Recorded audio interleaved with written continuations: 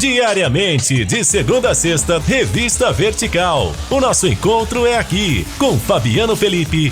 Assuntos variados, convidados especiais, entrevistas ao vivo, conteúdos exclusivos, reportagens, informações, dicas, interação e a sua participação. No ar, Revista Vertical, com Fabiano Felipe.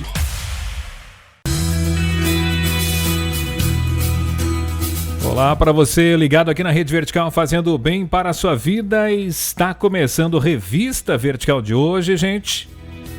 Estamos iniciando uma nova temporada, iniciando também em novo horário na grade da Rede Vertical. Normalmente o programa era apresentado entre 11 e meio-dia de segunda a sexta. A gente continua de segunda a sexta-feira, das 7 às 8 da noite. Ou das 19 às 20 horas. Melhor, talvez seja mais fácil de compreender, das 19 às 20. Este é o novo horário do Revista Vertical. O nosso tema de hoje é Jonas, o Messias da sua geração.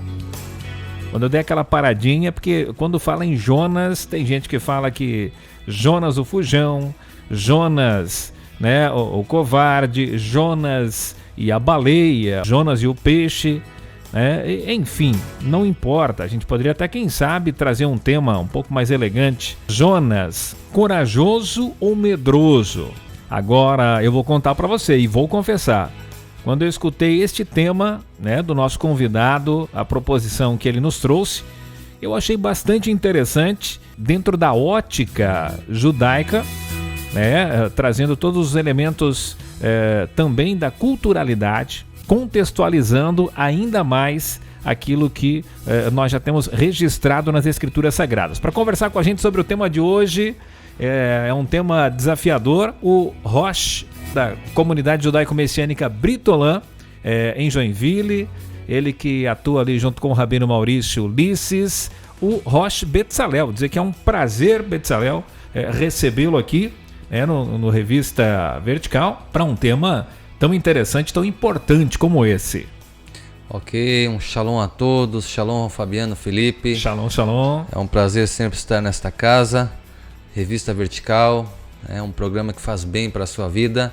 E esse tema é um tema bem conhecido, né? Nós contamos isso para as nossas crianças, nós ouvimos as histórias de Jonas, em hebraico Yoná, desde pequenos.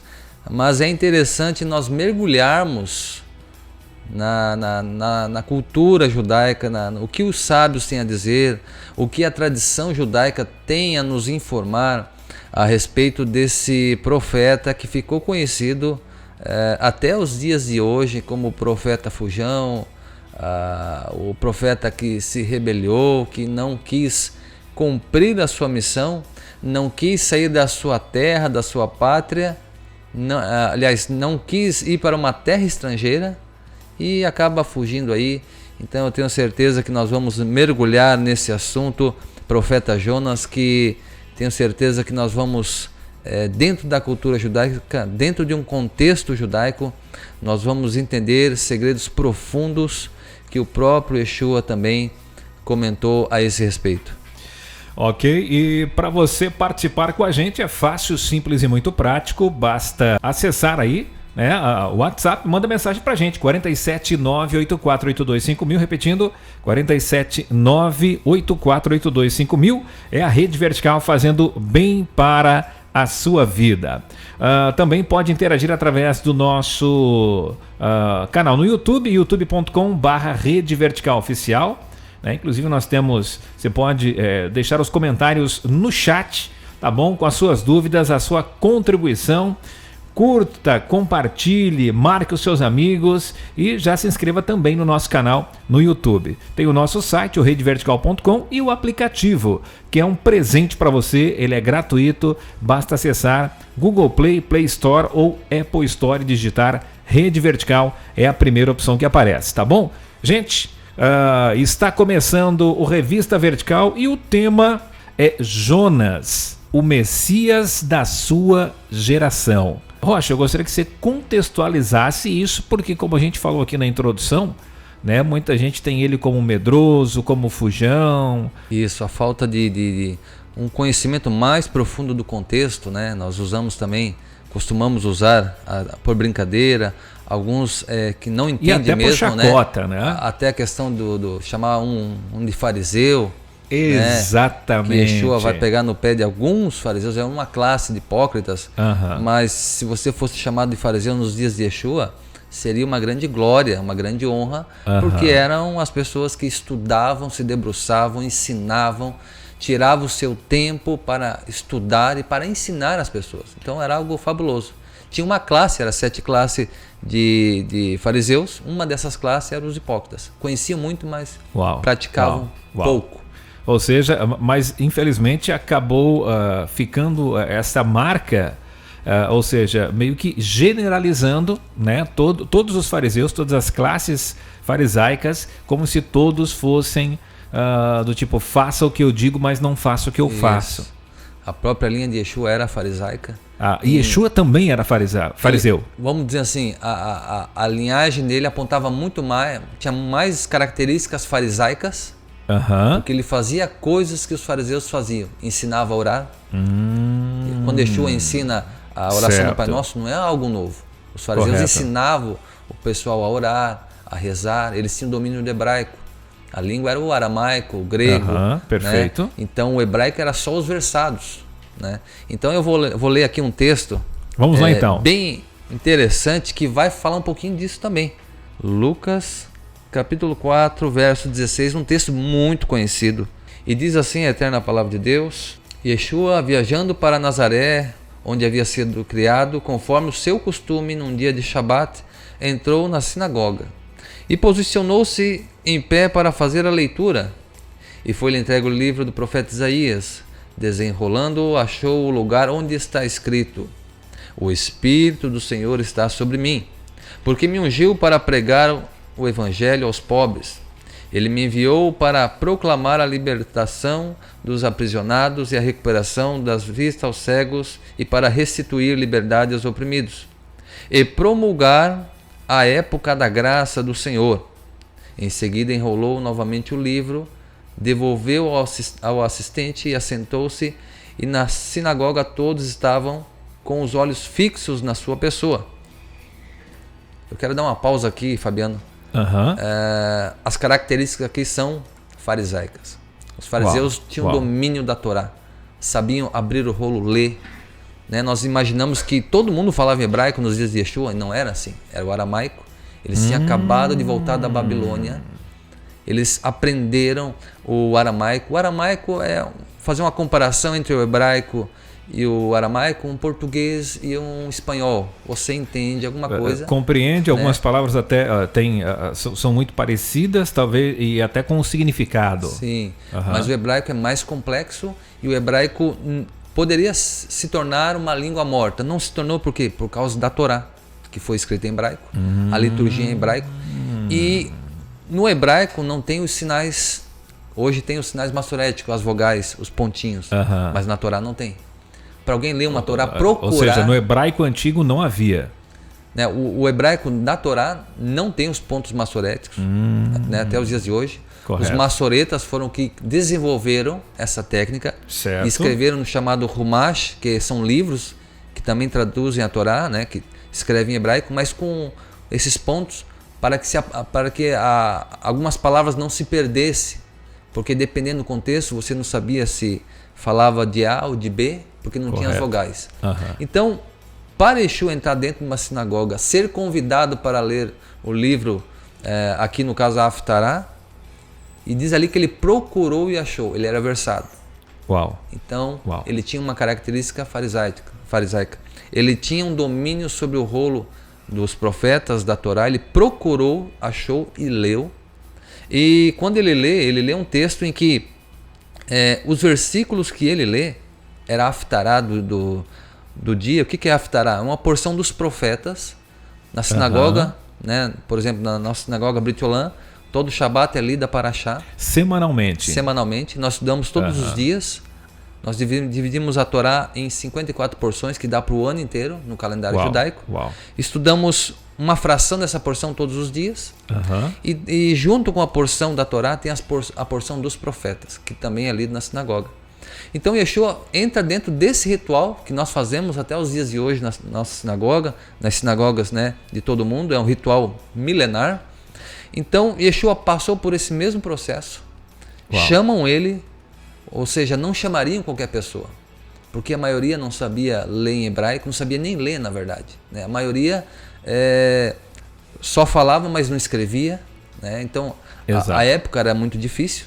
Só aqueles que, geralmente as famílias financiavam o primogênito para estudar com o fariseu, para aprender a escrever, para que honrasse a família. Então era tudo muito difícil.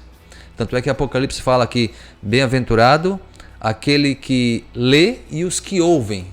Aquele que lê no singular. Um vai ler, não tem muitas pessoas para ler. Certo, e o resto vai ouvir. Então Yeshua é versado.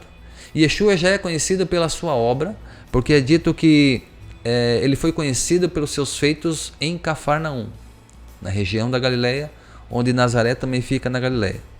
Agora, a ideia interessante é que dão esse rolo para ele lê versículos que não era para ele ler. O versículo que ele lê, antes de Yeshua nascer, dentro da tradição judaica, estaria reservados para o Mashiach, no caso. O Messias, quando viesse, ele ia ler esses versículos. Então, nessa Haftará, nesse dia, iria ler versículos posteriores do que Yeshua leu. Yeshua vem e lê os versículos que o Messias deveria ler quando viesse. Então, o rabino da sinagoga já ficou espantado. Já começou a coçar a barba, né? Será que ele não sabe? Achamos que ele era instruído. Ele lê e, para arruinar um pouquinho mais a história, ele fala: hoje se cumpre essas palavras. Traduzindo, Yeshua, quando entra na sinagoga, ele fala: eu sou Messias. Se revelou para o seu povo. Uau. Então, em que sinagoga isso aconteceu? Isso em Nazaré. Ele vem para Nazaré visitar a sua cidade onde fora criado. E os seus feitos já eram conhecidos. Não era qualquer um que era chamado para ler. Eram pessoas de respeito. E o nome dele já estava ficando famoso. Agora, entrando dentro da nossa história, ele lê. E olha o que diz aqui o versículo a seguir. Em seguida enrolou, devolveu o livro, devolveu ao assistente, o verso 20, assentou-se, e na sinagoga estavam todos fitos com os olhos nele. Então ele começou a pregar-lhes: hoje se cumpriu as escrituras que acabais de ouvir. Todos exclamavam e maravilhados sobre ele, e estavam admirados com as suas palavras, de graça que saía dos seus lábios. Ele comentou algo profundo ali. Ele comentou algo maravilhoso que a escritura não fala. Uau. Então, antes de haver o tumulto para o apedrejar, ele falou coisas grandiosas ali. O texto não fala. Então, mas alguns questionaram entre si: não é esse o filho de José? Porque ele era conhecido como Nazareno, nascido em Nazaré, criado, mas ele foi nascido em Belém. Ou seja, nato de Belém, né? Mas se naturalizado em Nazaré. Só nasceu em Belém. Só nasceu. Foi morar em Nazaré. Alguns versados pensaram: o Messias não vem de Nazaré. Uau. Nós vimos esse menino crescer. Então, no entanto, Yeshua replicou: com toda certeza citareis a mim esse conhecido provérbio: médico, cura-te a ti mesmo. Faze aqui em tua terra o que soubemos que fizeste em Cafarnaum. E continuou a falar Yeshua: realmente vos afirmo que nenhum profeta é recebido em sua própria terra. E agora o verso 25 nós vamos entrar aqui dentro desse contexto do nosso estudo de hoje. No entanto, no tempo de Elias, posso lhes afirmar com toda certeza que havia muitas viúvas em Israel, quando o céu foi fechado por 3 anos e meio, e grande fome ocorreu em toda a terra. Contudo, Elias não foi mandado a nenhuma daquelas viúvas de Israel. Somente foi mandado a uma viúva, a viúva de Sarepta, na região de Sidom. Sidom é fora da terra de Israel. É terra estrangeira. Uau. E eu paro por aqui, Fabiano. Faço uma pausa aqui. E por 2 ocasiões Yeshua vai e menciona o profeta Jonas. Uma diretamente, que ele fala que vocês pedem um sinal, vocês vão ter um sinal, o sinal de Jonas. Porque Jonas teve 3 dias e 3 noites no ventre do peixe. Eu estarei 3 dias e 3 noites no ventre da terra. E a segunda vez que Yeshua menciona Jonas, será nesse momento indiretamente. Uau. Indiretamente. Olha a história. Yeshua vai citar essa viúva de Sarepta, e conta a história do profeta Elias, o grande profeta Elias, que fora conhecido pelos seus feitos também. E Deus envia esse profeta para uma missão fora das terras de Israel. E Elias, ele vai a essa viúva. Agora, Fabiano, por que Deus deixaria as viúvas lá em Israel passando necessidade, 3 anos e meio sem chuva, e mandaria para uma viúva que está numa terra estrangeira? Qual seria o propósito? Conta pra gente aí, segredo. Então, são propósitos que nós devemos entender, que são segredos maravilhosos. 2 propósitos aconteceram ali. Primeiro, esse profeta foi enviado a ela. Essa viúva era uma israelita. Por que nós vamos entender isso? Porque ele chega, Deus envia ele vê a viúva, pede comida para ela, e ela fala: só tem um pouco de farinha e eu vou fazer um bolo aqui, vou eu e meu filho, nós vamos comer, morrer. E o profeta diz: mas traz para mim primeiro, depois vocês comem. Uau. Aquela mulher, se fosse uma estrangeira, iria chamar aquele cara de aproveitador, de louco, lunático, de sem coração, sem alma, um homem que não tem Deus. Mas como que essa mulher atende rapidamente as palavras desse profeta? Ela entende rapidamente. Por quê? Porque ela é israelita. E ela reconhece pelas suas roupas, pelo seu modo de falar, pelo seu jeito de portar, que ele é de Israel. E não só que ele é de Israel, mas que ele é um profeta. O grande profeta Elias. Então veja. Uma colocação rápida aqui. A roupa do profeta era diferente? Ele tinha alguma indumentária, ele tinha algum cajado que dizia: não, este é profeta? Ou simplesmente foi o Espírito do Eterno que revelou isso a ela? Como é que funciona isso? Não tinha um padrão, mas geralmente os profetas, eles eram, vamos dizer assim, não eram normais, tanto fisicamente, né, e principalmente espiritualmente, muito elevado. Então, pela condição, pelas palavras e talvez também pela sensibilidade dessa mulher, que tinha alma judaica, ela percebe que aquele homem não é um homem comum, não é somente um israelita. Então, o que acontece? Ela atende esse pedido, nós conhecemos a história, o milagre acontece ali. Perfeito. Mas não era para matar a fome dela. E aqui vai começar o primeiro propósito. Qual que é o primeiro propósito que Deus tem para com essa mulher, enviando o profeta Elias? Trazer à tona um pecado que essa mulher tinha. Essa mulher estava num lar estrangeiro. Essa mulher deveria ter casado então com um homem estrangeiro. Teve um filho, né? O texto fala, e agora ela estava viúva. Então, por que Deus envia ele lá? Porque se nós olharmos no contexto de Elias, o que estava acontecendo em Israel? Por causa de um grande pecado, um pequeno mandamento que se tornou um grande pecado. O tomar um jugo desigual. Acabe tomou uma mulher estrangeira e trouxe idolatria para todo Israel. Aquela mulher não era rainha, não era uma líder, nada, mas ela cometeu o mesmo pecado que Acabe. Pegou um homem estrangeiro, e a Torá diz que o jugo deve ser igual. Então, para os irmãos que estão me ouvindo, né, judeu casa com judia, macumbeiro casa com macumbeira, senão o jugo é desigual, né? Os dois têm que andarem juntos, ainda que estejam nos caminho errado, né, para que pelo menos o matrimônio dê certo, né? Então, os que estão nos caminhos de Deus devem andar com os que estão nos caminhos de Deus, devem se casar com quem está no caminho de Deus. Então, esse grande pecado vem à tona quando o filho da viúva morre. Então, imagine, uma alegria abundou naquela casa, que havia fartura de uma hora para outra, milagrosamente, mas também agora uma desgraça. acaba caindo sobre aquela casa.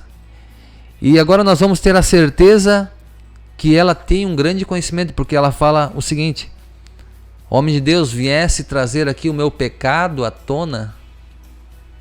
Ela fala essas palavras. Eu vim trazer você viesse trazer o meu pecado à luz. E o que aconteceu? Quando um homem de Deus, um profeta, pisa na casa de alguém, acontece bênção, mas juízos também acontecem. Havia coisas escondidas, né? Um preceito que foi quebrado por aquela mulher, e talvez aquela mulher pensou: eu não vou seguir mais Torá, eu vou seguir a minha vida, eu vou sair de Israel, e ninguém mais tem nada mais a ver com a minha vida. E está tudo bem, está tudo certo, mas não está tudo certo. Uau. A Torá, ela é sagrada. E para os que aprenderam a Torá, deixar os caminhos da Torá, vem grande trevas. Então, a primeiro momento acontece isso, um juízo naquela casa. O menino morre. Uau. Elias é conhecido como o profeta da Gevurá, da força, da justiça. É ele que aparece perante Acabe e diz: 3 anos e meio. Aliás, ele fala assim: não vai chover até que, segundo a minha palavra, né, e eu diga que vem a chuva, e aí vai chover. Senão, não.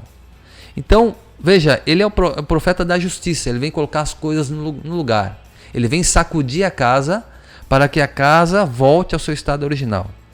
Mas nesse momento, Elias, o profeta da justiça, ele se transforma também no profeta da bondade, porque ele se compadece daquela mulher. Uau. E ele pega o menino no colo e ele leva na sua cama. Veja que coisa inusitada. Leva no seu leito, na sua cama, deita por sobre o menino por 3 vezes, roga a Deus que Deus lhe devolva a vida. E o que acontece? Acontece esse grande milagre.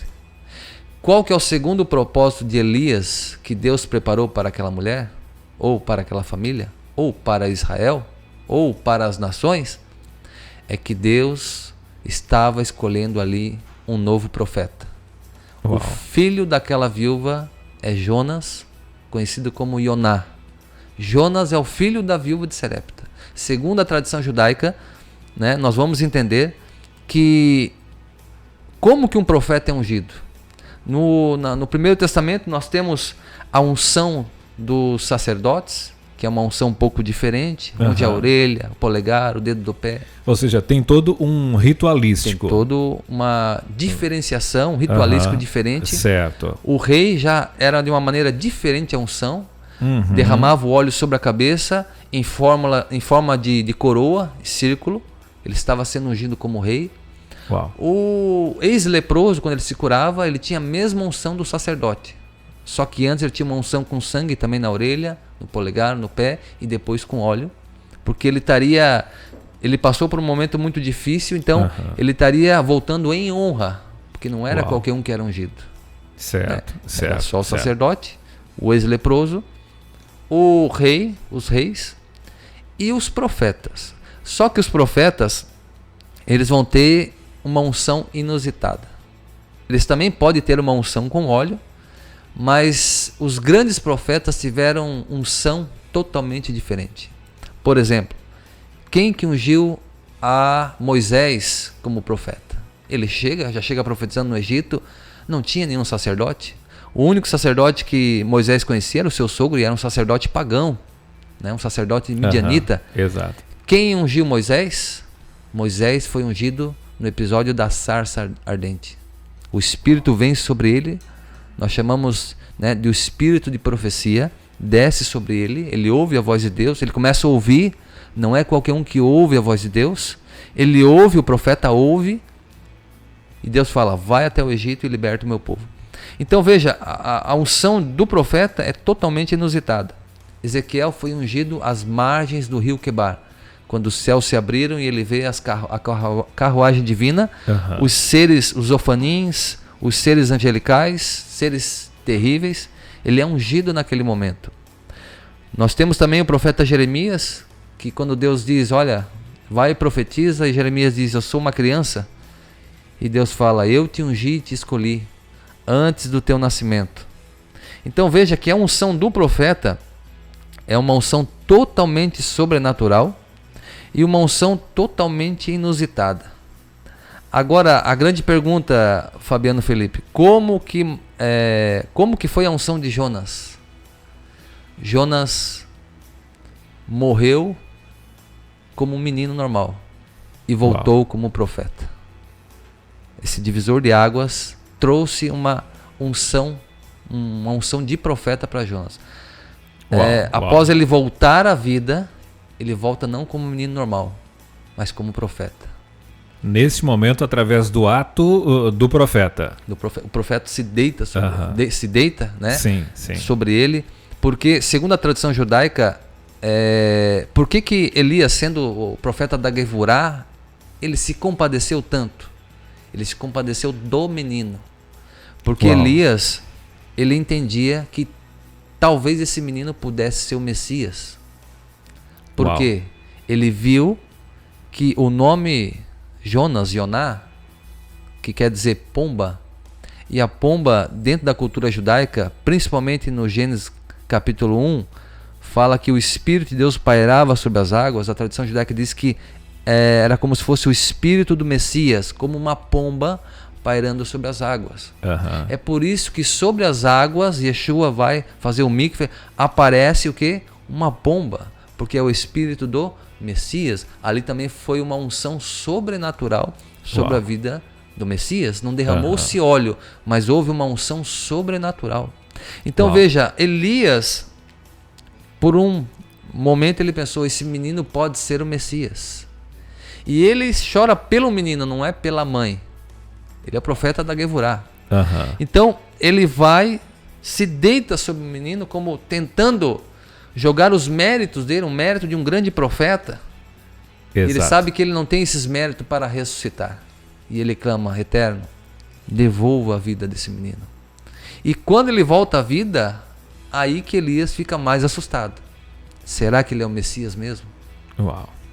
Porque nós sabemos que o nosso Messias também morreu e voltou.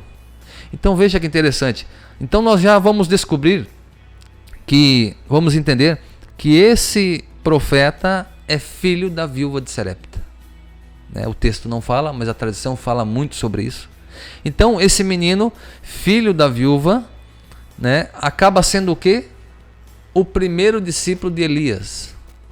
O pessoal pensa no Eliseu, nos inúmeros profetas, aprendizes de profetas que Elias tinha, fundou uma escola, mas o primeiro aprendiz de profeta, já com uma unção sobrenatural, foi Jonas.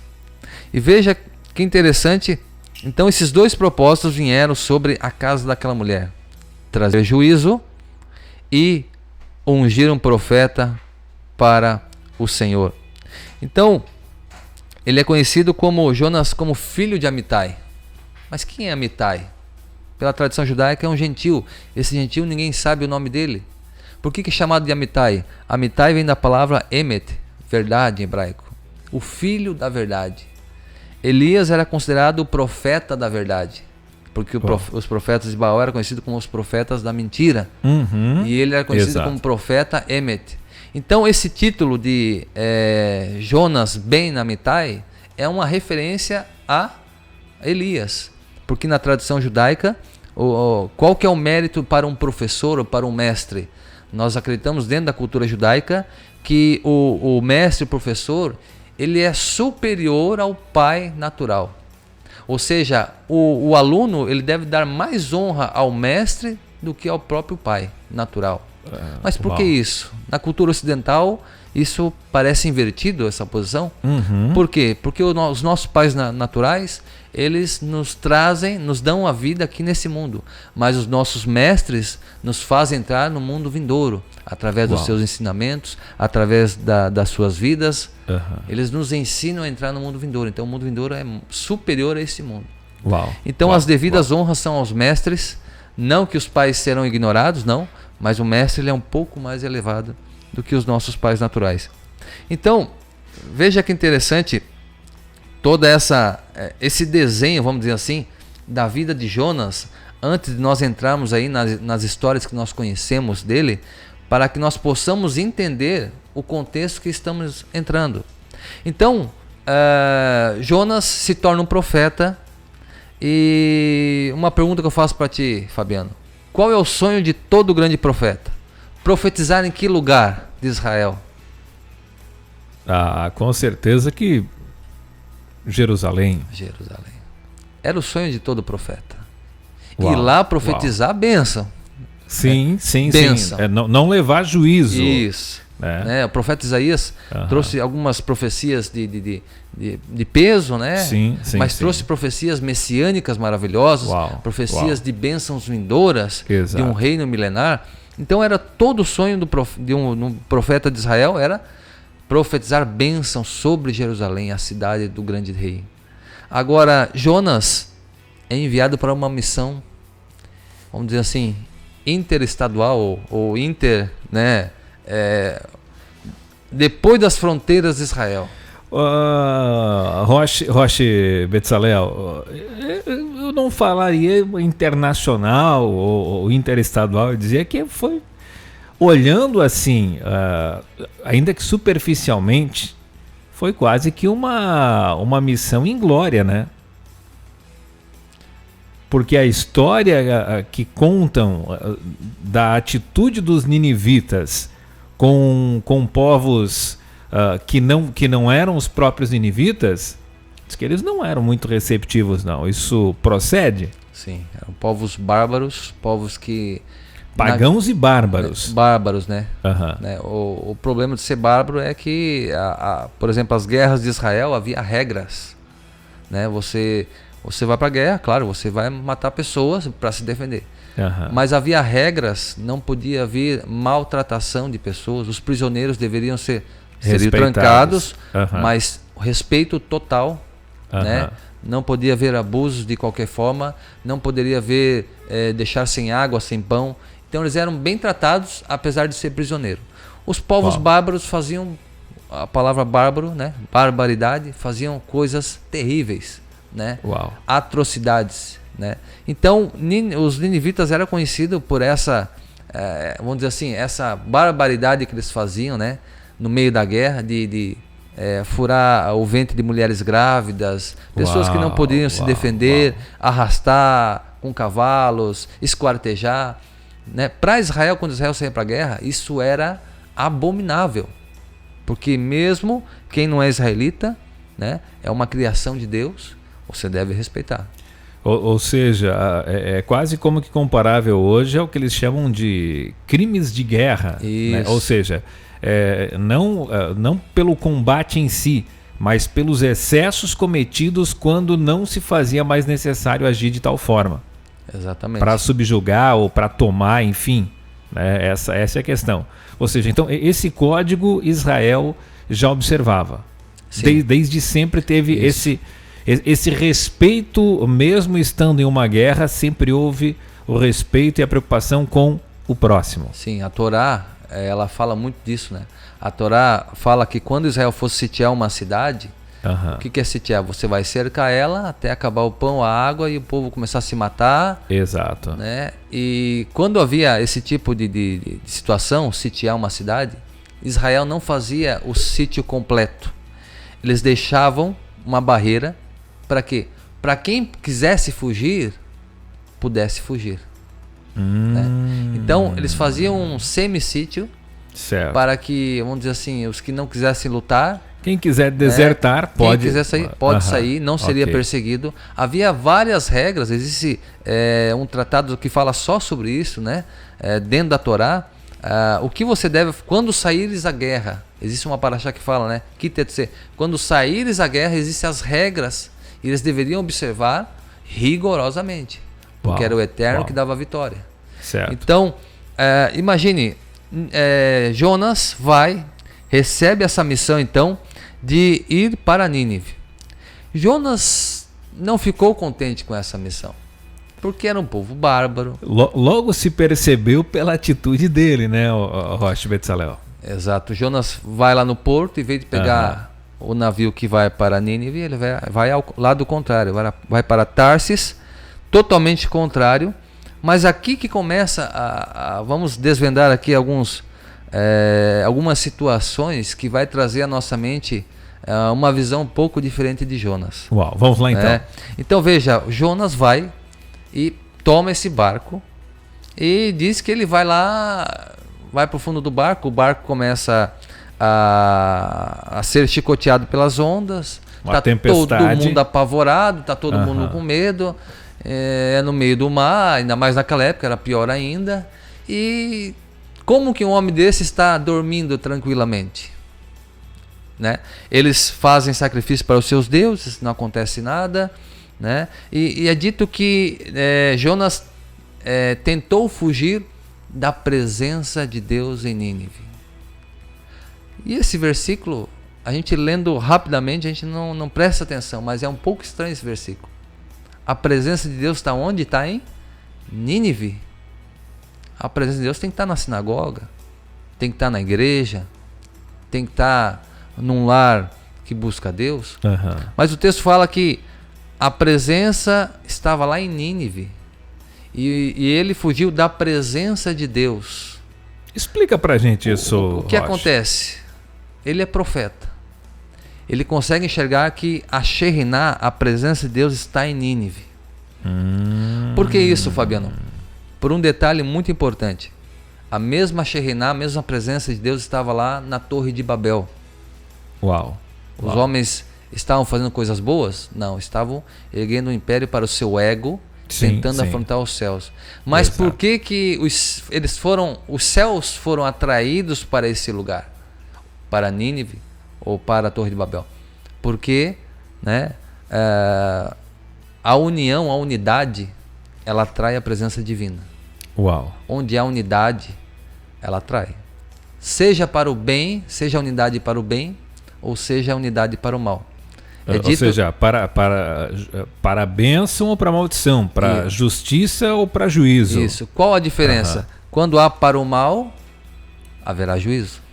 Se for uma unidade para o bem, haverá bênçãos.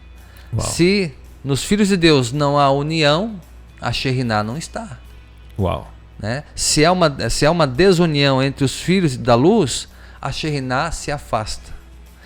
Veja, até o crime é organizado. E nós precisamos nos organizar, precisamos então entrar nessa unidade para atrair a presença divina. Então, por que a presença divina está em Nínive? Porque apesar, né, de toda a maldade que eles fazem, eles são unidos na maldade em si. Isso atraiu a presença divina para um juízo sobre eles. Então, quando o texto diz que Jonas fugiu da presença divina, foi exatamente isso. Ele não queria ir lá. Por que ele não queria ir lá? Jonas sabia que lá ia cair um juízo. Mas qual que é o problema? Deus está mandando um profeta para avisar eles. O que Deus quer com isso? Por que Deus não destrói e manda fogo de uma vez só? Se Deus quer destruir, ele destrói e acabou. Jonas, conhecendo o Deus de Israel, né, o famoso Deus do Primeiro Testamento, esse Deus do Primeiro Testamento não é mau, ele é bom, ele é bondoso, ele é longânimo, ele é o Deus do primeiro, do segundo, de qualquer testamento, ele é o mesmo, não muda, ele não tem princípio e não tem fim. Então o que acontece, Fabiano? O que acontece é que Jonas sabe que vai ter bênção lá. Que tipo de bênção? Ele vai profetizar e ele não sabe se todos vão se arrepender, mas muitas pessoas vão se arrepender. E por que Jonas não quer ir lá? E é aqui que nós vamos entrar no tema que nós escolhemos, Jonas, o Messias da sua geração. Por que Jonas não quer? Esse é o motivo principal dentro do contexto judaico. Por que ele não quer ir para Nínive? Porque ele, o profeta conhece o futuro. E diz a tradição judaica que foi revelado a Jonas que num futuro não muito distante, a Assíria levaria Israel prisioneiro, levaria Israel para o cativeiro. E Nínive é a capital da Assíria. Ou seja, Nínive seria o principal exército, então, e um exército bárbaro capturaria Israel e levaria cativo. Então, dentro da cultura judaica, por que Jonas foge disso? Porque ele quer preservar o povo de Israel de um futuro aprisionamento por parte dos ninivitas e do país que era a Síria. Vamos ver se eu compreendi aqui, Rocha Betsalel. Então, o que na verdade Jonas estava meio que antevendo era de que haveria um livramento, ia haver um arrependimento, Deus iria perdoar eles, mas que não era isso que ele queria, porque é como que se na próxima cena, no próximo ato, né, esse próprio povo que teria sido alcançado pela misericórdia do Eterno viria sem misericórdia contra a nação de Israel. Sim, e foi o que aconteceu, né? Uau. Quando eles vão ser levados cativos, a Síria invade a Israel, né? Depois nós vamos ver Nabucodonosor vindo invadir Judá, levando cativo também. Certo. Então, mas a Síria invade... Os dois reinos ele invadiu. Os dois reinos. Então, veja que coisa extraordinária. Jonas, na verdade, o que Jonas está tentando fazer? Na mente de Jonas. Se eu não for lá, eles não vão saber, eles não vão se arrepender, eles vão ser destruídos. Deus vai trazer a juízo. Ou seja, eu estou salvando a Israel. Esse é o espírito messiânico. Esse é o espírito Messias. Salvar o seu povo. O seu povo. Mesmo que isso custe a própria vida. E isso iria custar a vida de Jonas? Iria. Porque ele pega o navio e as ondas começam. Por isso que tu vai ver Jonas tranquilo. Por que Jonas está tranquilo? Qual que é o maior desejo de um grande homem elevado, um grande profeta? É ver Deus. Como que eu vou ver Deus?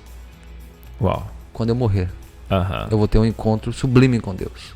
Nós chamamos, no estudo judaico, sobre os 5 níveis da alma. O último nível da alma, você só atinge ao nível mais alto quando você parte dessa terra e você se torna um com o Eterno. Então, qual que é a perspectiva de Jonas? Bom, ele vai morrer, ele vai se encontrar com o Eterno e ele vai impedir com que os ninivitas sobrevivam por meio da techuvá, do arrependimento, e ele vai então, através desse pensamento, não ir a Nínive pregar sobre essa eminente destruição. Então Jonas, ele está sendo um Messias da sua geração. Jonas, ele está tentando salvar Israel, mesmo que de maneira precária, mesmo que usando o seu braço forte, aliás, o seu próprio braço, ele vai tentar salvar Israel, porque o Messias, ele dá vida para o seu povo.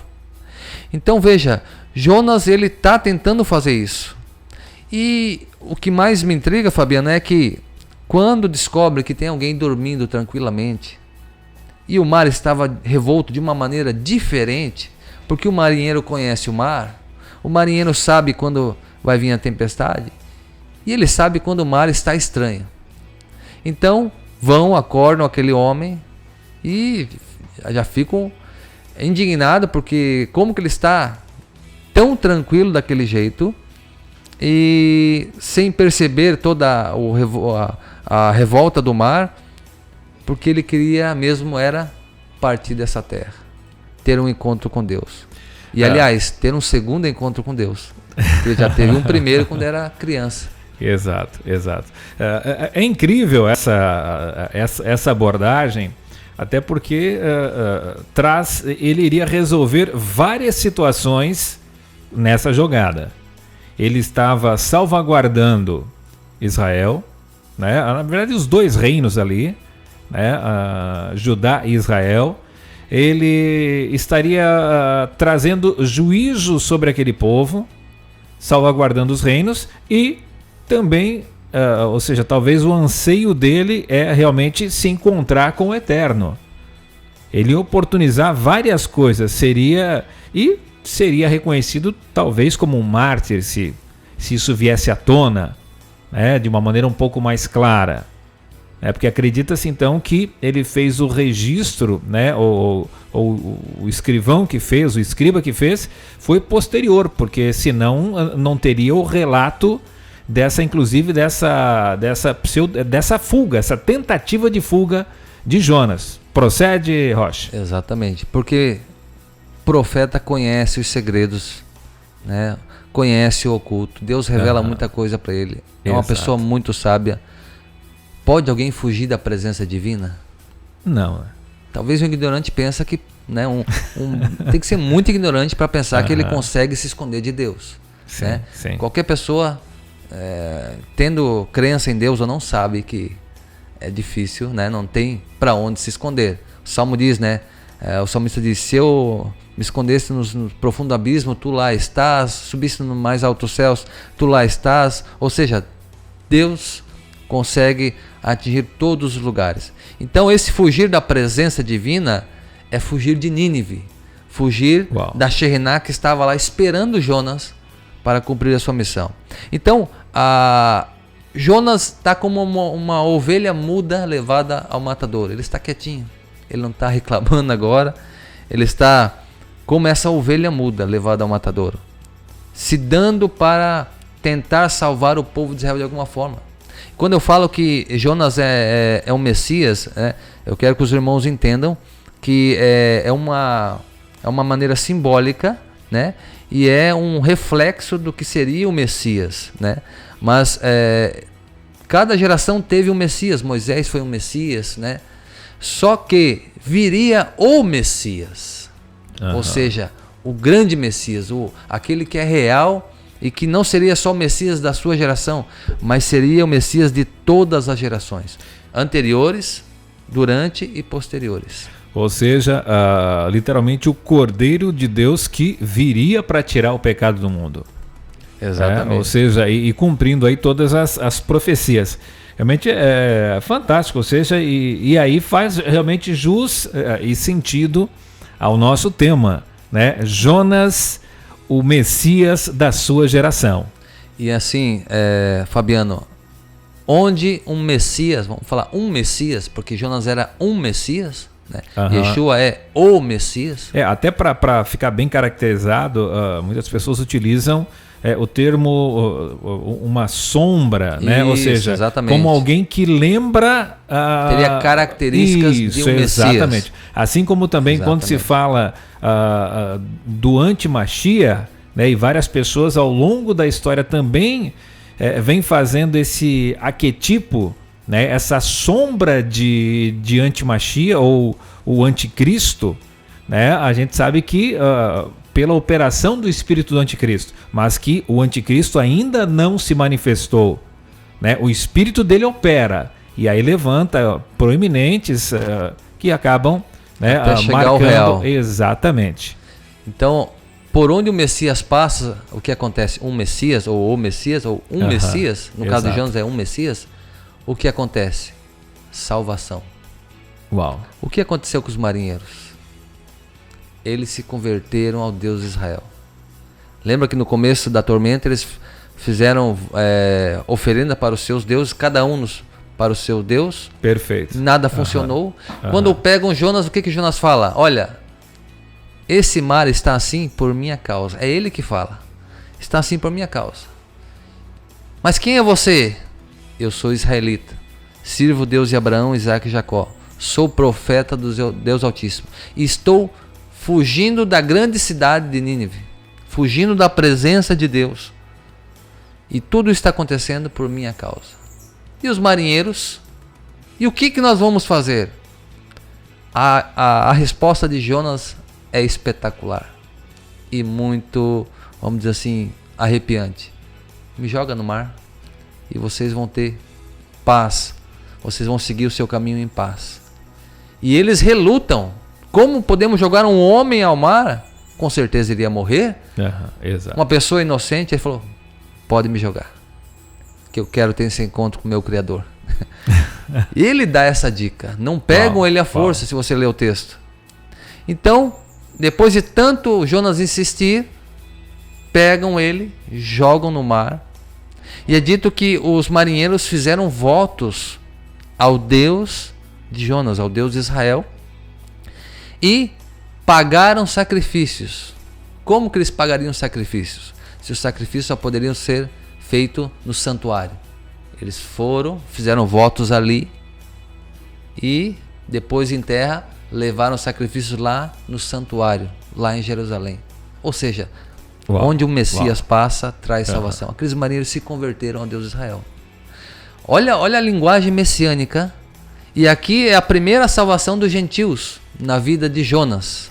Ele foi enviado para Nínive. Mas dentro desse barco, os marinheiros, todos pagãos, acabaram então se convertendo ao Deus de Israel. E Jonas, mesmo aí na sua, vamos dizer assim, na sua fuga da presença de Deus, trouxe salvação para aqueles homens. Eles tiveram uma experiência que jamais esqueceriam. Que havia um Deus maior do que os deuses que eles acreditavam. E trouxe uma grande salvação. Então o Jonas ele é atirado para o mar. E aqui entra o grande peixe, né? O texto fala que era um grande peixe. Esse peixe vai, engole Jonas. E a tradição judaica diz que ele não ficou vivo no ventre desse peixe. Mas que quando o peixe engoliu, enquanto ele conseguiu ter consciência, ele fez uma oração de arrependimento, uma oração de techuvá. E ali no livro de Jonas está descrito a sua oração. Ele faz uma oração de arrependimento. Quando ele acaba a sua oração, o ar já está indo embora, a água já está ficando cada vez mais, né, densa dentro do animal, algas e outros animais. E a tradição judaica diz que Jonas morre. Ele não ficou vivo 3 dias e 3 noites. Ele morre e depois de 3 dias e 3 noites, ele é literalmente vomitado na beira da praia. E veja, Fabiano, todo ser humano tem um propósito. Eu, você, os nossos irmãos que estão nos acompanhando. Por mais que as pessoas pensem, para que eu vim nesse mundo? Todo ser humano tem um propósito. Alguns têm, né, uma carga muito pesada a ser carregada nesse mundo. Um propósito muito grande. Foi no caso de Moisés, o caso dos profetas, que abriam mão da sua própria vida para fazer a vontade de Deus. Mas não quer dizer que os outros não tenham propósito. Todos nós temos um propósito. E até os animais têm propósitos. E veja, dentro da cultura judaica, alguns animais foram criados no 6º dia da criação para propósitos específicos. E é dito na tradição judaica que esse animal, esse grande peixe, foi criado para esse propósito. Assim como a jumenta que iria estar com Abraão, carregando Isaac. E segundo a tradição judaica, né, essa jumenta, ela foi também, era um dos animais que foram criados no dia da criação e foram separados para esse momento. Então, alguns animais foram escolhidos para um grande propósito. A mula de Balaão, que falou, né? A jumenta do Messias, exatamente, quando ele diz, vai a tal lugar, lá estará uma jumenta amarrada, assim, ele deu as coordenadas. Então, tudo estava preparado profeticamente, desde os dias da criação. Esse peixe foi criado exatamente para esse propósito, engolir Jonas e vomitá-lo na praia, 3 dias depois. E agora Jonas morre pela 2ª vez, Fabiano. A 2ª vez. Essa questão não é clara nas escrituras. Não. Né? Mas isso no original aparece ou ele está de repente nos livros dos sábios? Como é que se chega a essa conclusão dentro da cultura judaica? Isso é dentro do Talmud, que daí o Talmud traz, que vai pegar a lei oral, que é a questão das tradições passadas, né, de boca em boca. Exato. E depois da época de Yeshua começou a escrever essas tradições, né? E então isso, né, aí criou-se o Talmud, que é a discussão dessas ideias da Mishnah, né, que tem essas histórias que contam esses momentos.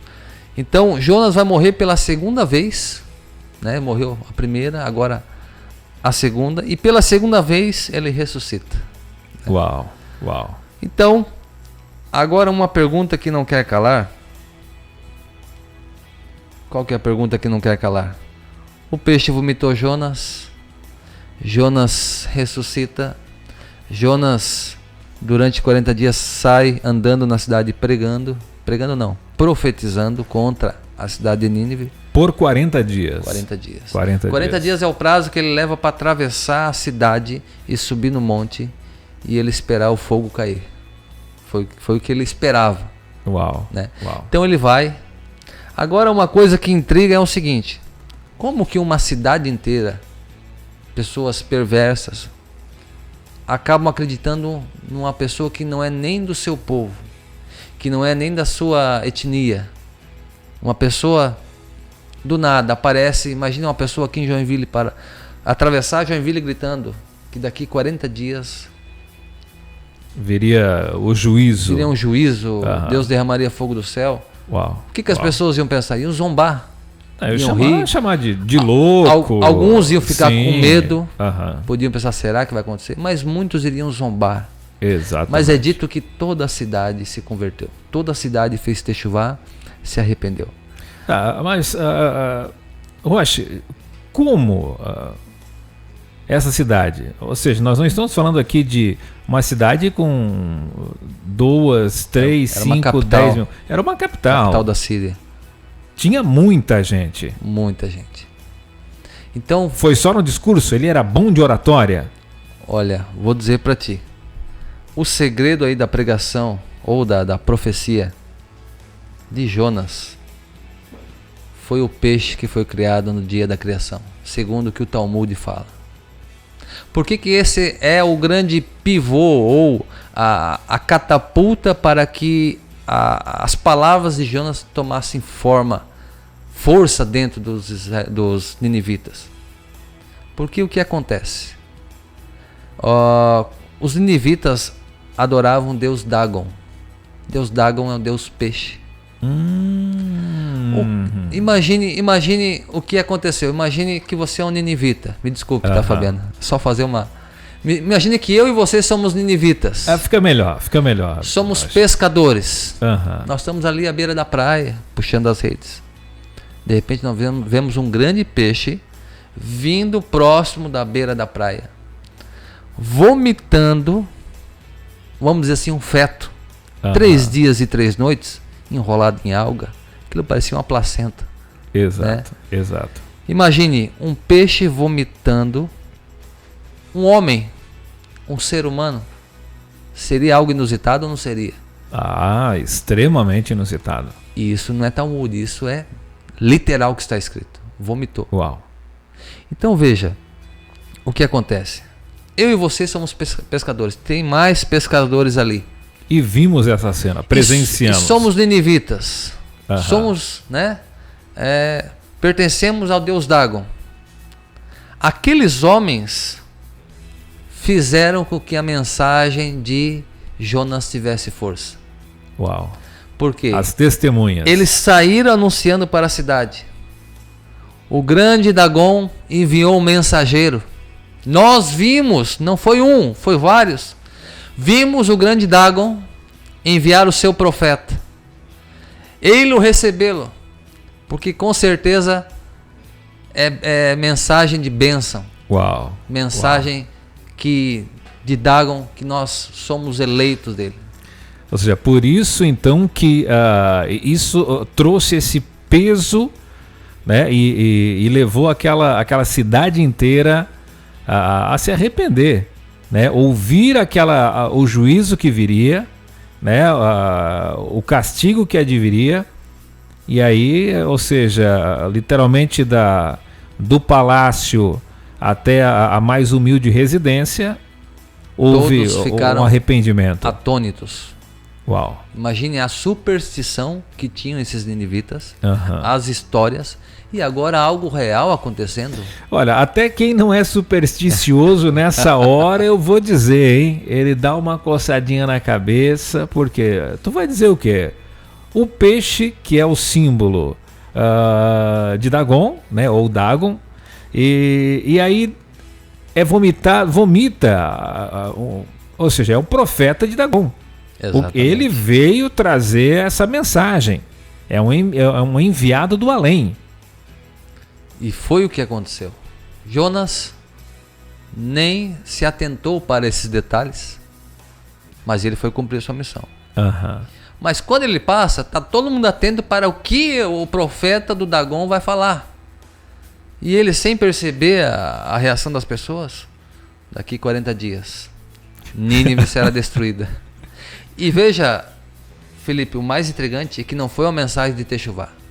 Ele não chegou para lá e chegou entre eles e disse, ó, se arrependam, porque talvez Deus pode, né, não mandar o juízo. Ou se arrependam para que vocês não morram, seus filhos. Não foi essa a mensagem. A mensagem estava clara. 40 dias é o prazo. Deus destruirá essa cidade. O Deus que fez os céus e a terra exterminará toda a Nínive. Não ficará nem animal, nada. Não é uma mensagem de arrependimento. É um decreto. Aí Jonas, imagine a cara de Jonas, né? Não estava para muitos amigos, só queria cumprir a sua missão, atravessar a cidade, sentar no alto do monte e esperar os dias para que o fogo descesse do céu. Aguardando o cumprimento. Torcendo para que aquela cidade não fizesse Techuvá, porque Jonas não queria. Nós vamos ver no texto que ele fica triste quando Deus não destrói Nínive. E o que acontece? Os ninivitas, o rei sai do seu trono e diz, vamos fazer um jejum, vamos se arrepender, porque talvez esse Deus que o profeta anunciou tenha compaixão de nós e não nos extermine. Então havia uma dúvida, mas vamos fazer a nossa parte. Aí a tradição judaica vai dizer o seguinte, que eles roubavam, eles faziam, entre eles mesmo, havia muito roubo. Então o vizinho que roubou um objeto do outro vizinho, nesse período desses 40 dias, dessa anunciação, começava a devolver as coisas roubadas, ressarcir. Isso é um verdadeiro arrependimento. Não era simplesmente jejuar e dizer eu me arrependo, não. Eles consertaram os seus maus caminhos, devolveram objetos de roubo, de furto, de fraude, ressarciram a quem precisava ser ressarcido. E isso é o arrependimento verdadeiro. Roche Betzalel conversando com a gente hoje aqui. O tema é Jonas, o profeta, refazendo, Jonas, o Messias da sua geração.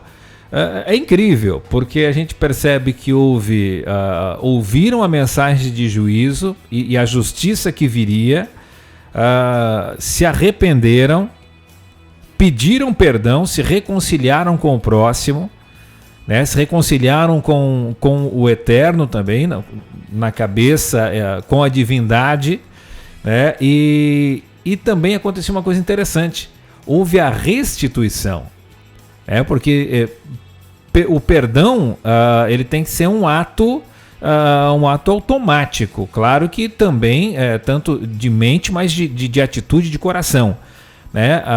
E a restituição ela deve acompanhar também o pedido do perdão. Exato. Ou seja, e a gente percebe que houve realmente uma elevação daqueles que a gente começou aqui na conversa de hoje chamando de bárbaros, né? E pagãos, demonstrando um arrependimento, né? Ou seja, assim como eles eram né? Representando uma grande a união, a unidade, também no arrependimento foi um. Exatamente. E é uma grande lição pra gente, Roche Betzalel. Exatamente. Começaram a cumprir Torá sem conhecer a Torá. Porque a Torá fala que o ladrão que roubou uma ovelha, ele vai ter que devolver 4 ovelhas. Porque quando você tira algo de alguém, você não tira só aquele objeto, mas é um efeito dominó. Se você roubou uma vaca leiteira de alguém, você vai comprometer toda a estrutura de uma família que depende do leite, da venda, do consumo. Exato, então por isso que a Torá fala, restituirá 4 vezes o que foi roubado, o que foi tomado. Então eles começaram a cumprir Torá. Uma Torá que estava dentro do coração do homem, que Deus coloca, Paulo fala, né, que Deus coloca uma lei dentro do homem sobre o que é certo e o que é errado. Perfeito. Né? É uma Torá que estava dentro de Adão, e quando ele peca, essa Torá sai para fora, mas não sai. É como se ele vomitasse aquela Torá, tirasse dentro dele, mas ficou parte dessa Torá, que é chamada a lei dos gentios, né? Essa lei que o índio lá da selva, ele sabe que matar é errado, ele sabe que adulterar é errado. Então essa lei ficou... Os códigos morais, né? Ficou preservado dentro do homem. E eles começaram a cumprir essa Torá dentro deles. Começaram a cumprir, fizeram até os animais jejuarem. Por que eles colocaram os animais para jejuar? Porque a ideia é o seguinte, eles sabiam que o nível deles estava muito baixo, espiritualmente. Aonde eles tinham ido. Aonde eles tinham ido, o que eles tinham feito, e agora eles estavam fazendo o arrependimento. Colocaram até os animais para jejuar, porque qual que é a ideia? A ideia deles é, nós não temos méritos. Eles podiam falar assim, ó, eu sou bom porque eu jejuo, porque eu estou orando, porque eu estou me arrependendo.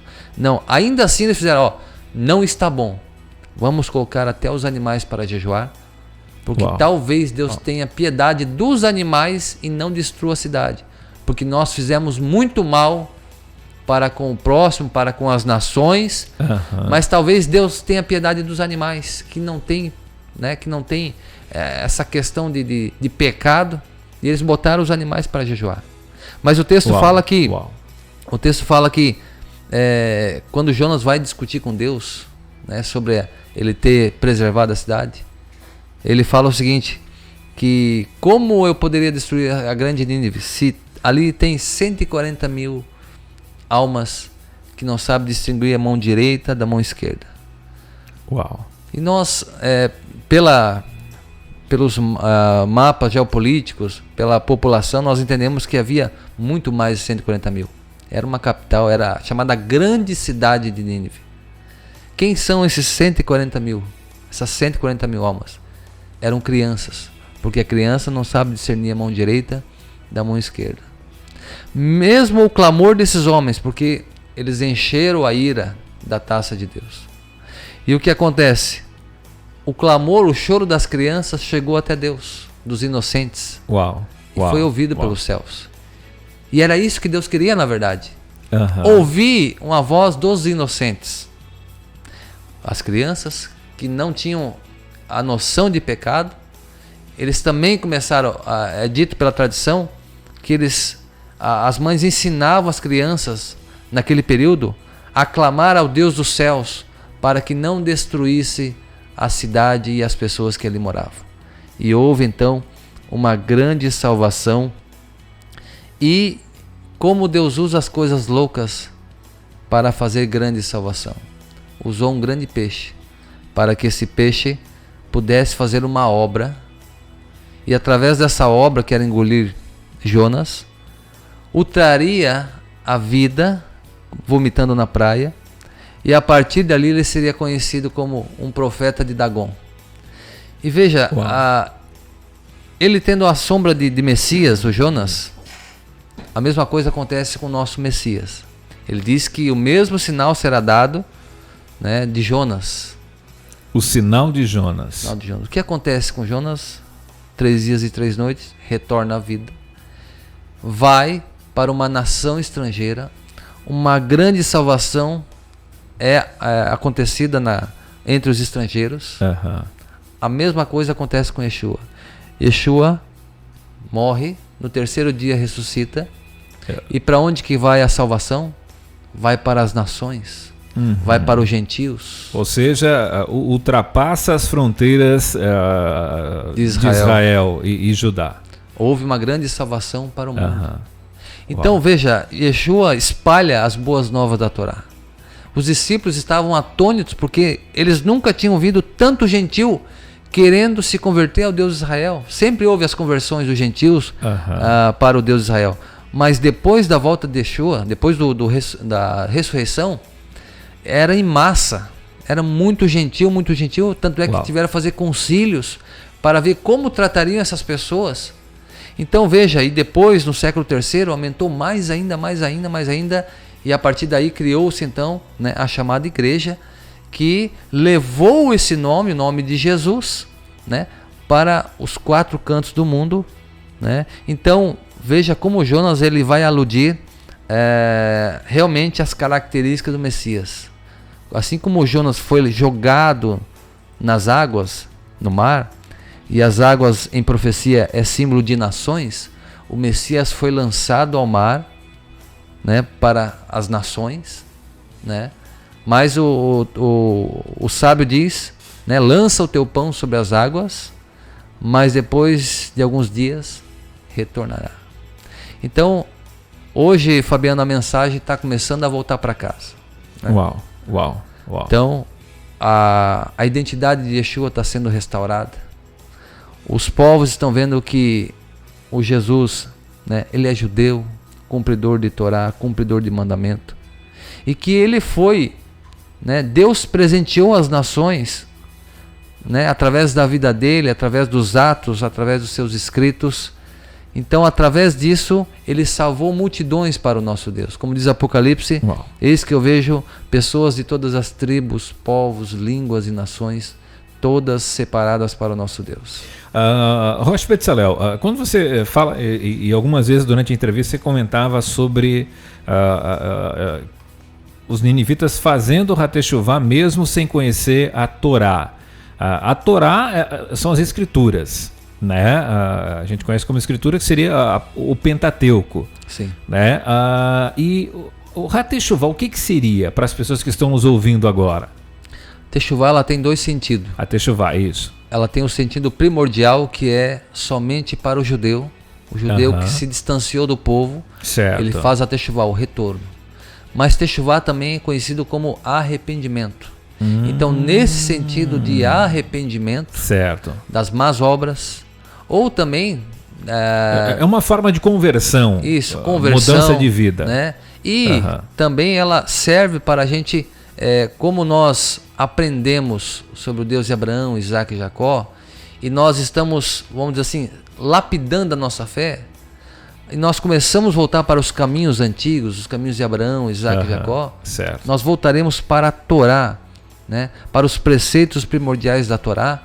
Isso também é uma espécie de Teshuvá, um retorno às nossas raízes. As origens. As origens. E retornando para as origens, nós vamos estudar quem era Yeshua, né?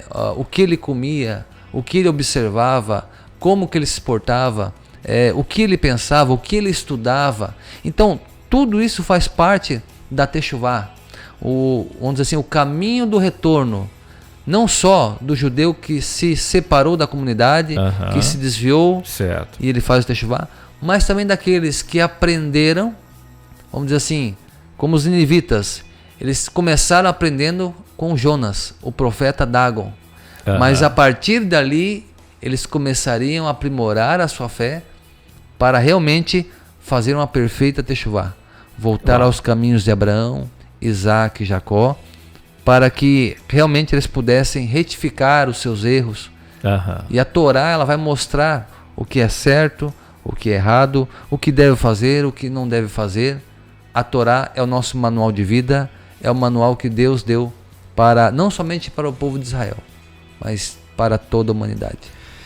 Gente, chegando ao final do nosso Revista Vertical de hoje, com o tema Jonas, o Messias da sua geração, e com a gente o Rosh Betzalel, da comunidade judaico-messiânica Britolã, né? Ele que caminha junto com o rabino Maurício Ulisses, né? E Rosh Betzalel, eu quero lhe agradecer e deixar os microfones abertos para suas, né, para a sua conclusão, a grande conclusão desse nosso tema de hoje, Jonas, o Messias da sua geração.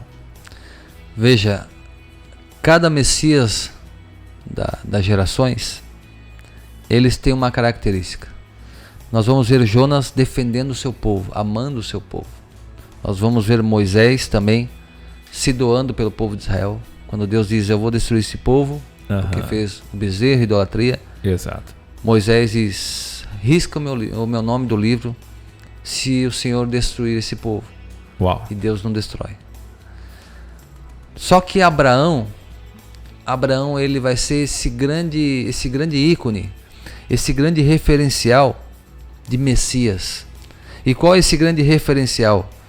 Que Abraão, quando seu sobrinho Ló estava na cidade lá de Sodoma e Gomorra, ia ser destruído, Abraão não clama só por Ló, pelo seu parente. Ele clama pela cidade inteira. Ou seja, ele clama por pessoas que ele não conhece. Ele não conhece as pessoas que moram lá. Ele conhece o seu sobrinho e a família de Ló.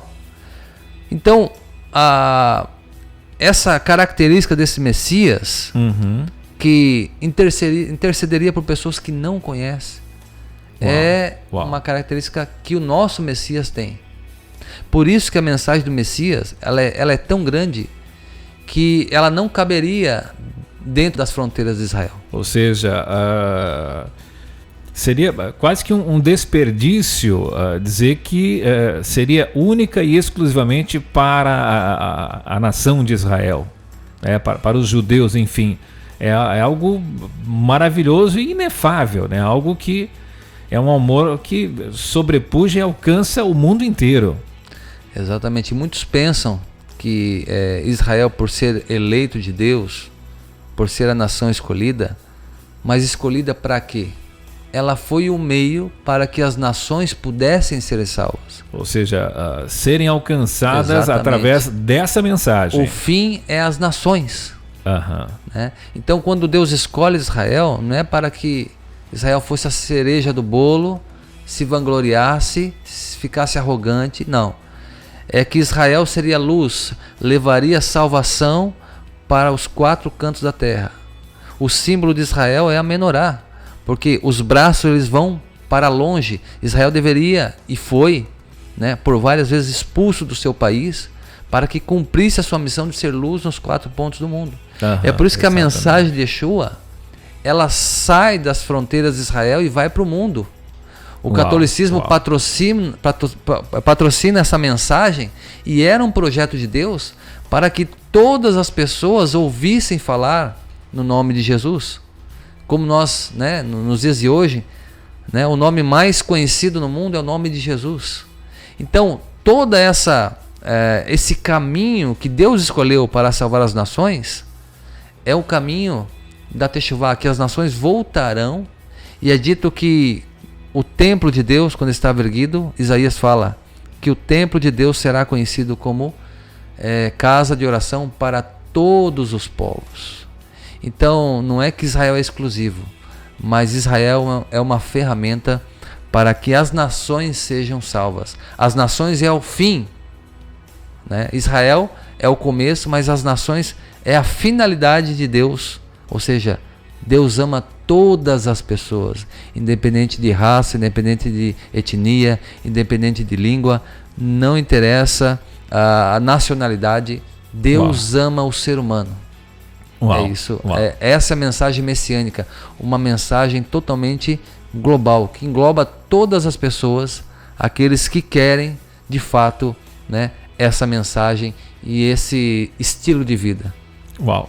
Gente, conversamos hoje aqui no Revista Vertical com o Rosh Betzalel. Quero agradecer, Rosh, por ter atendido o nosso convite. A gente já estava ensaiando há algum tempo, né? E agenda e tal, e aprove ao Eterno que nós estivéssemos aqui nessa abertura da nova temporada do Revista Vertical. Dizer que é um prazer tê-la aqui com a gente. Um abraço também ao Rabino Maurício Ulisses, que nos acompanha também, todo o pessoal da comunidade judaico-messiânica Britolã, Joinville, Jaraguá, Curitiba, Florianópolis e São Paulo, que nos próximos dias também, né, vai ter a oportunidade de ter um espaço dedicado, né, à ministração da palavra, ao ensino da Torá, né, dentro da visão judaico-messiânica. Rosh, o nosso muito obrigado. Quais seus contatos, né? O pessoal que de repente desejar convidar você para uma conferência, palestra, para conversar, de repente tomar um café, alguma liderança também que acompanha aqui a programação, né? Quais as suas redes sociais e telefone? Eu tô no Facebook também, quem quiser acompanhar, né? Digita ali Alexandro Roque, vai ter aí o meu Facebook. Estou compartilhando sempre as nossas programações. Estamos também todo Shabbat, todo sábado às 9 da manhã, estamos fazendo o serviço de adoração ao Eterno. Quem quiser participar, quem quer conhecer, pode entrar em contato comigo. Meu telefone é 47 999 28 8552, 47 999 28 8552, e estarei sempre à disposição. O Rabino Maurício Ulisses está em São Paulo, mas a cada 15 dias aí ele está por Joinville também. Mas aqueles que tiveram o desejo de participar conhecer a nossa sinagoga, entre em contato, estaremos passando o endereço.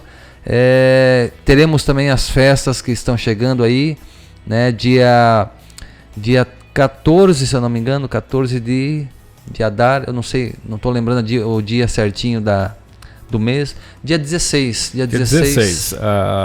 Na outra quarta-feira. Nós temos a festa de Purim. Vai ser, se não me engano, uma quarta-feira à noite, às 20 horas. Teremos a grande festa de Purim. E um pouquinho mais para frente teremos a grande festa de Pessa, que será uma festa muito linda. Uma festa em qual o nosso Messias passou por essa festa, né? Inclusive, um pouco antes de ele ser preso, lá no Getsemane, ele passou esse ceder com os seus discípulos. E é uma festa memorável, com data marcada pelo Eterno, com hora marcada pelo Eterno. E você que quer conhecer, então entre em contato comigo, né? Estaremos aí à disposição. Ok, aproveitando aqui, deixa eu registrar mais algumas participações. Nós temos aqui o Juliano da PIB em Rio Negrinho. Oi, Juliano, um abração para você, graça e paz. Todo o pessoal da Maná Lanches em Rio Negrinho, né? E eles servem o shawarma, tá bom? Gente, sensacional, o melhor shawarma do Planalto Norte. Deixa eu mandar um alusão aqui também para a Santina Machado da Silva, que acompanha a gente. Shalom, shalom. Nadir Fernandes, também ligadinha com a gente. Obrigado, Nadir. Um shalom para você. O André Oliveira, também acompanhando aqui, né? Mandou um shalom leculã. O José Pinheiro. A Paula Fernanda Santos. Conhece o Rocha Betzalel? Conheço o esposo dela. Ela abençoada. Ela também. O esposo dela é muito abençoado. É muito abençoado. Ela mais ainda. Eita! Um abração também para Maria Loni, shalom, shalom, Josias Cerdeira, o Eliel Pereira Santos, Alzira Aparecida de Freitas, o Maicon Teófilo, a Santina Machado da Silva, né? E o Eliel Pereira Santos. Olha, amei o programa, Eliel, muito obrigado, e a todos que estiveram com a gente. Fique ligado, lembrando que o Revista Vertical, gente, ele está em novo horário, tá bom? Antes era das 11 ao meio-dia, agora das 7 às 8 da noite. Das 19 às 20 horas, você tem de segunda a sexta o Revista Vertical, sempre com convidados e temas relevantes, trazendo para você um conteúdo bacana, um conteúdo diferenciado, e o nosso muito obrigado. Siga-nos nas redes sociais, @Rede Vertical Oficial. Estamos no Instagram, Twitter, Facebook. Se inscreva também no nosso canal, né? youtube.com/Rede Vertical Oficial. Curta, compartilhe, já ative o sininho. Sempre que tiver novidades, você fica sabendo em primeira mão, tá bom? E esse conteúdo também vai estar disponível no formato podcast. Este e todos os outros materiais do Revista Vertical você vai acompanhar aí nas multiplataformas, nessa transmissão multi-stream que a Rede Vertical gera e proporciona para você. O nosso muito obrigado.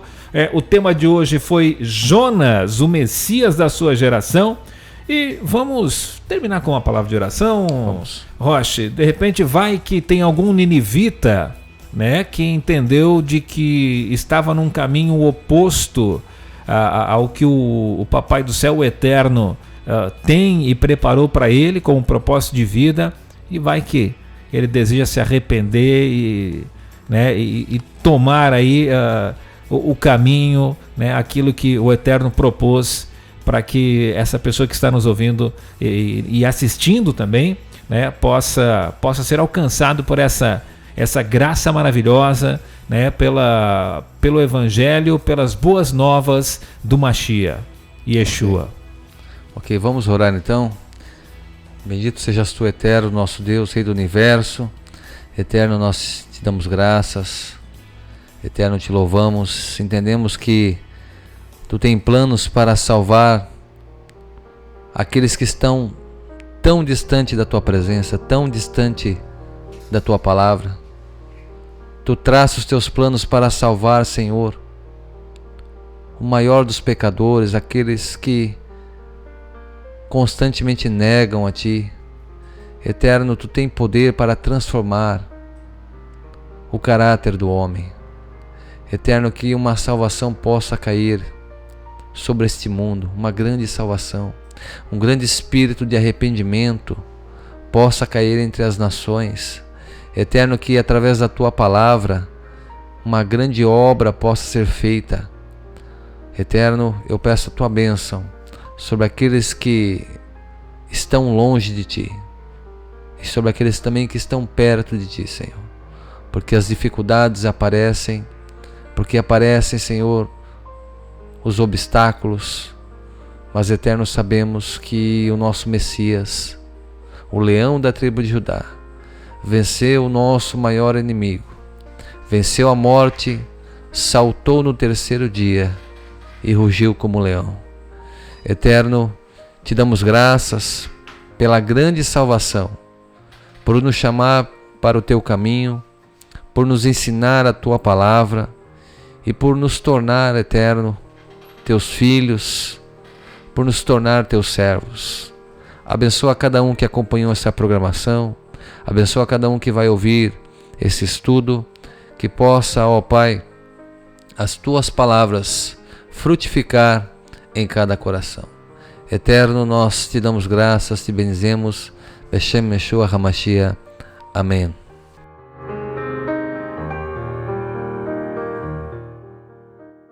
Apresentamos Revista Vertical, com Fabiano Felipe. Assuntos variados, convidados especiais, entrevistas ao vivo, conteúdos exclusivos, reportagens, informações, dicas, interação e a sua participação. Revista Vertical, o nosso encontro é aqui. Fazendo bem para a sua vida. Vertical FM. Vertical.